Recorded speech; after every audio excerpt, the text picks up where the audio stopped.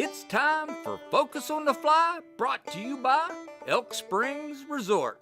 Chad C. ties us up a gray stimulator.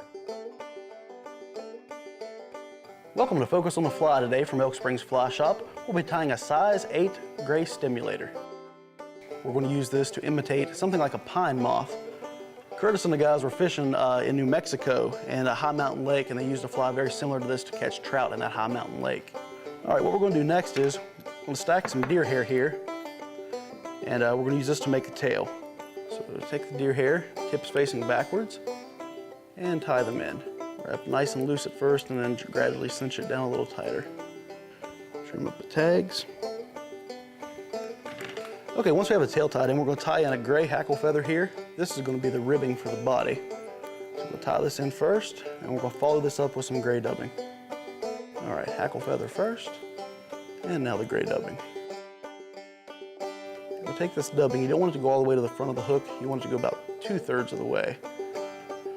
Now take that hackle feather, you're going to wrap it forward.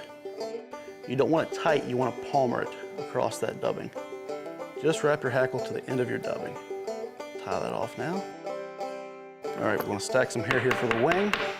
You want this to be a little thicker stack than what you had on the tail. Tips facing backwards, tie it in, cinch it down. Come in here and trim your front. All right, now we're going to repeat the same process we did on the back. We're going to use one hackle feather and gray dubbing again.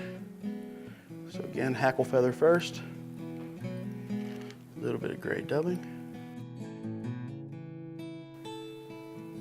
Wrap the dubbing forward. Now we're going to wrap this hackle. And this hackle you want a little tighter than what you wrapped on the back. Not quite so much palmered, but wrap it like you would a traditional dry fly. Tie off your feather. Trim the tag. And we'll whip finish this and it'll be done.